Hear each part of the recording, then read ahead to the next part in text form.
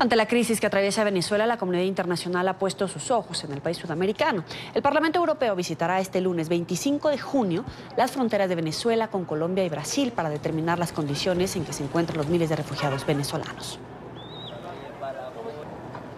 Precisamente nos acompaña Beatriz Becerra, eurodiputada y vicepresidenta de la Subcomisión de Derechos Humanos del Parlamento Europeo. Muchas gracias por estar con nosotros. Bienvenida. Hola, ¿qué tal? Buenas tardes. Le pido que nos explique exactamente qué zonas van a visitar y qué van a hacer. La misión del Parlamento Europeo, que va a tener lugar la semana que viene en las fronteras de Venezuela con Colombia y con Brasil, tiene un objetivo principal, que es evaluar la situación humanitaria que ahora mismo están padeciendo los refugiados venezolanos, es decir, los cientos de miles de venezolanos que salen de manera sistemática del país a través de los distintos puestos fronterizos. Esta misión va a estar dividida en dos partes. Como digo, unos miembros de la misión vamos a ir a la frontera de Cúcuta, en Colombia, y los otros miembros van a ir a la frontera de Boavista, en Brasil.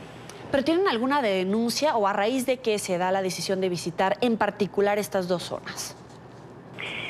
Hay una razón evidente, que es que la Unión Europea necesariamente tiene que paliar la crisis humanitaria que está viviendo Venezuela, a pesar de que el régimen de Maduro lo quiere impedir, porque ha sido imposible en estos años que llevamos pidiéndolo, insistiendo y poniendo todas las facilidades, que se abra un canal de ayuda humanitaria dentro de Venezuela.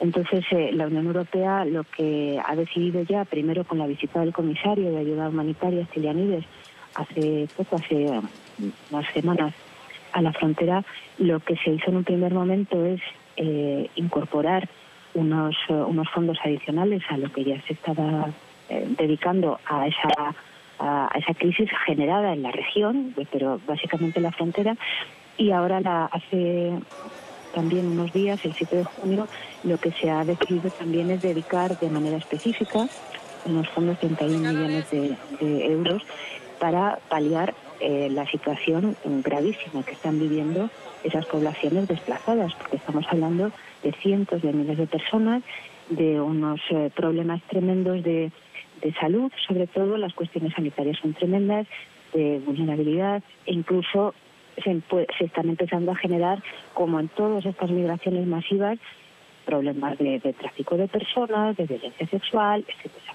Por lo tanto, el principal objetivo de la Unión Europea aquí es establecer claramente con las autoridades locales, en este caso con las de Colombia y con las de Brasil, las mejores vías y la coordinación más efectiva para que esa ayuda se dedique exactamente a aquellos ámbitos que tanto estas autoridades locales de estos dos países que están recibiendo refugiados, aunque hay muchos otros a los que van después, como las organizaciones como ACNUR o la Organización Internacional de Migraciones, han definido dónde hay que dedicar los recursos. Ahora, en Brasil están expuestos a la operación del crimen organizado, y en Colombia varias autoridades han denunciado que cuando hacen revisión de estos lugares donde hay asentamientos humanos de venezolanos, se encuentran niños con niveles de desnutrición muy preocupantes, con mujeres embarazadas en una mala situación de salud. ¿Atrás de qué denuncias van? ¿Qué es lo que pretenden encontrar, detectar o denunciar? Bueno, hay algo que es un dato objetivo, que es que el hambre y la escasez absoluta, tanto de alimentos como de medicamentos en Venezuela, no es un accidente. Se trata de una herramienta en manos de un régimen que lo que ha decidido es someter a la población a través de la penuria para apuntalar la dictadura. Esa es la única manera de entender que ante una situación tan dramática, que es evitable, a cifras de incrementos del 30% en desnutrición infantil, del 60% en mortalidad maternal, carencia absoluta de medicinas y servicios, la esperanza de vida cayendo. Ante esta situación, que Maduro se niegue a abrir un canal humanitario para ayudar a su propio pueblo no tiene más que una explicación, que es una manera clara de utilizar el sufrimiento como un arma para someter al pueblo. Y además es que esto está establecido como uno de los 7 casos de crímenes de lesa humanidad ante los que el informe de expertos de la Organización de Estados Americanos ha planteado un informe. Por lo tanto, este esta voluntad de aniquilación sistemática pasa porque las personas que salen de Venezuela salen en unas condiciones terribles. Hay algunas que salen solo para conseguir una vacuna o para conseguir un tratamiento que es esencial para la vida. Como digo, las tasas de desnutrición son terribles. Entonces, las condiciones de salud están bajo mínimos en la población de Venezuela desde hace tiempo, pero cada vez más. Y eso hace que, claro, si además salen en unas condiciones pésimas y prácticamente con lo opuesto, y además se encuentran en un asentamiento que no necesariamente es justo al salir de la frontera, las personas siguen. Hay poblaciones que luego se asientan en otro sitio o siguen hasta Perú, por ejemplo, donde están llegando muchísimas personas. Pero lo cierto es que lo prioritario desde el punto de vista de la ayuda a estas personas es atender su salud. Y la salud, por supuesto, implica también la alimentación. Eso es lo más grave ahora mismo, porque además está habiendo un repunte o una aparición incluso de enfermedades que se consideraban erradicadas. Hay un incremento de casos de malaria, por ejemplo, terrible.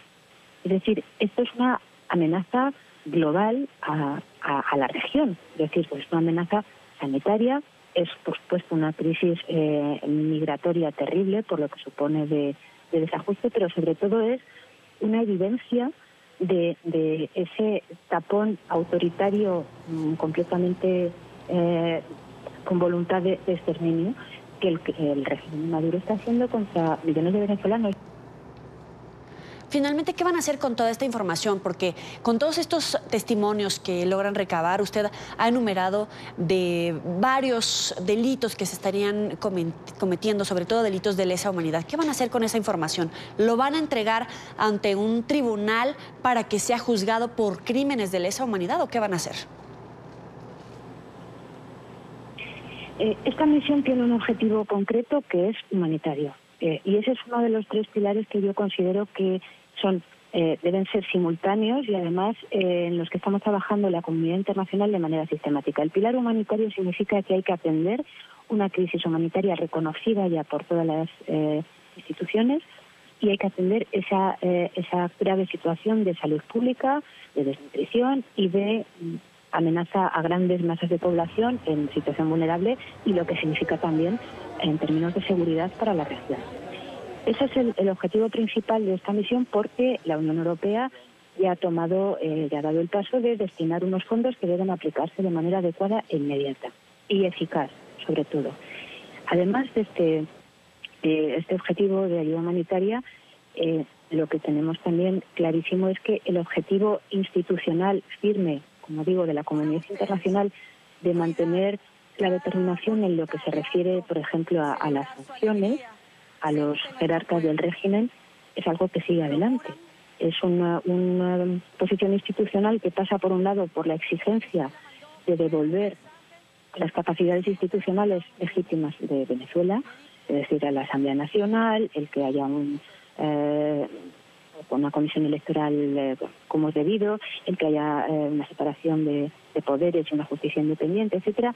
Eso va a seguir así con el elemento de presión clarísimo de las sanciones. La Unión Europea la semana que viene va a determinar también de qué manera se incorporan a esa lista de sanciones que ya se aprobó en enero nuevos nombres. Y luego hay otro pilar que es el de la justicia. Estamos hablando de un caso claramente que debe tratarse a través de la justicia internacional, de la Corte Penal Internacional. Y para ello, como decía, el informe del panel de expertos de la OEA ha establecido de manera argumentada, con un informe basado en miles de testimonios, argumentado a través de 800 páginas, ha establecido que hay al menos 7 cargos de crímenes de lesa humanidad. ¿Qué hace falta para que esto sea efectivo, para que la Corte Penal abra una investigación? Que los países que son firmantes del Estatuto de Roma lo presenten y requieran de esa apertura de investigación. Que hay algunos países americanos, tanto del norte como del sur, que están en esa posición favorable y yo espero que a no mucho tardar lo darán ese paso, pero a mí me gustaría y creo que es necesario que desde la Unión Europea los Estados miembros también hagan esa presentación y esa petición de poner en marcha, de abrir esa investigación por esos cargos de crímenes de lesa humanidad que, como digo, están argumentados y basados en una infinidad de testimonios que le dan una gravedad tremenda. Y esa justicia internacional sí puede y debe juzgar y proceder contra todos aquellos que están involucrados. Le agradezco a Beatriz Becerra, eurodiputada y vicepresidenta de la Subcomisión de Derechos Humanos del Parlamento Europeo. Gracias por estar con nosotros. Pues muchísimas gracias a ustedes. Un abrazo.